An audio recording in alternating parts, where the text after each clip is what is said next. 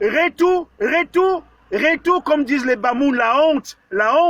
Je m'appelle Serge Tamba. Oswan, et Shem. Je m'appelle Serge Tamba. Je vais parler du football camerounais.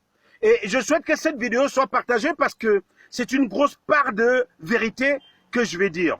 Je vais interpeller les responsables du football camerounais, l'État du Cameroun, tous les responsables. Alors, j'ai vu un match de football des U17 hier. Je ne vais pas m'attarder sur les U17. Je ne vais pas en vouloir aux U17. Première mi-temps, fabuleuse équipe, avec pratiquement 4 occasions nettes de but, un ballon sur la transversale, un ballon sur le poteau, 2 face à face. Mais à la deuxième mi-temps, une équipe méconnaissable. Je veux comprendre pourquoi. La délégation officielle du Cameroun, partie du Premier ministère, je dis la délégation officielle, a passé tout le temps au niveau des tribunes, au niveau des loges, à insulter les bébés lions, à insulter les mineurs, mouilleurs, braqueurs des caisses de l'État. Je dis bien braqueurs des caisses de l'État. Je veux savoir si les U17 sont fonctionnaires, si les U17 sont allés braquer les caisses de l'État. Comment des parents peuvent se comporter comme tels, des pères d'enfants. Nous avons critiqué les attitudes des uns des autres, des inciviques, des antipatriotes, mais ce n'est pas loin de là. C'est-à-dire que des parents qui sont censés aller encadrer des jeunes, qui sont censés aller les soutenir, aller les encourager, leur parler de façon paternelle, de façon patriotique, vous allez insulter des jeunes qui doivent remonter un but ou qui doivent revenir à gagner 3 points pour une compétition mondiale. Je sais que vous avez fait des réunions pour que vous rentriez le 4 novembre. Donc vous étiez sûr que Libye Thomas n'avait rien fait. Depuis que Libye Thomas a dénoncé le fait du décret du chef de l'État, vous vous êtes décidé à faire en sorte que les gars ne soient pas à l'aise. D'abord, jusqu'à présent, je dis juste après le match, après ce match, aucune prime n'a été payée. À l'instant, je vous parle, les primes de 300 000, 500 000 francs. À la veille du match, vous avez passé le temps à parler des primes, à parler des chartes, il faut signer. Les équipements sont où? Ce n'est pas ça le problème. Voici l'autre situation. Les U23 de Rigobert-Song. Nous devons participer à la CAN U23. Est-ce que nous sommes prêts? Est-ce que l'équipe est en préparation? Est-ce que l'équipe est en stage? Que voulez-vous aux entraîneurs, aux anciens lions? Libye Thomas est un ancien lion. Il a porté le maillot de l'équipe nationale du Cameroun. Rigobert-Song, c'est pareil. Pourquoi vous voulez tuer ces anciens footballeurs? Pourquoi vous voulez les tuer? Hein? Ils ont décidé tout simplement à servir le Cameroun. Il y a Lucien Thomas, il y a tel. Ils sont nombreux. Vous ne pouvez pas faire ce que vous voulez faire là. L'équipe nationale U23, c'est la qualification pour les Jeux Olympiques si nous participons à cette Coupe d'Afrique. Mais c'est le 8 novembre. Où sont-nous? Je vais interpeller les uns et les autres. Il faut qu'il y ait une enquête sur l'attitude de la délégation camerounaise qui était au Brésil et qui est encore en ce moment.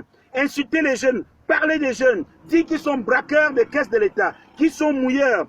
Comment pouvez-vous remonter le moral de ces garçons? Non, je suis parent, je suis père. Je ne peux pas me parler comme ça aux enfants. La meilleure attitude psychologique de parler aux enfants, c'est de bien leur parler, de démontrer que vous vous battez pour la nation et que demain, c'est le Cameroun qui vous appartiendra. L'équipe nationale du Cameroun va vous appartenir. Je veux comprendre comment est-ce que les Camerounais peuvent se comporter comme tels. D'abord, les enfants ont eu tous les problèmes. Ils n'ont pas eu de ballon de compétition. C'est à moins 4 jours qu'il y a eu des ballons, alors que les ballons avaient été envoyés par la FIFA depuis. Hein? Il fallait 600 000 francs pour débloquer les ballons. 600 000 francs CFA. Les ballons ont fait beaucoup de jours et même presque un mois à DHL. Comment est-ce qu'on peut se comporter comme tel? Dites-moi, si la fédération est en crise, si alors les responsables ont décidé d'abandonner les équipes nationales inférieures, dites-nous exactement où va le football camerounais. Il y a des problèmes entre la Ligue et la FECAFOOT. Les gens décident de défier la loi, l'autorité de l'État. On est là, on regarde. C'est pas normal ça.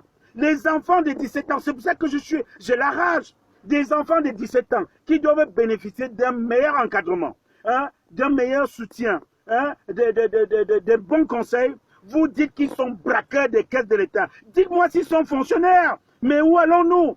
Et je dis, je ne veux pas donner le nom de monsieur qui est au cabinet de la primature. Hein? J'ai toutes les informations, mais je dis qu'il faut qu'il y ait une enquête par rapport à cela. Dans le cas contraire, si vous avez programmé revenir le 4 et qu'on n'ira pas loin, ça veut dire que vous avez décidé de déshonorer le Cameroun.